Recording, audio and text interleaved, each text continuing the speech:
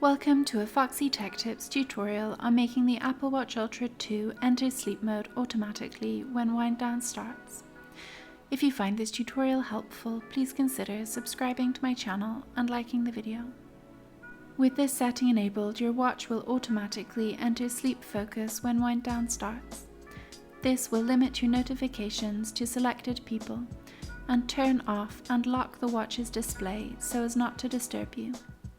Tap the digital crown to open the app menu. Then tap the settings cog to open settings. Scroll down the settings and tap sleep.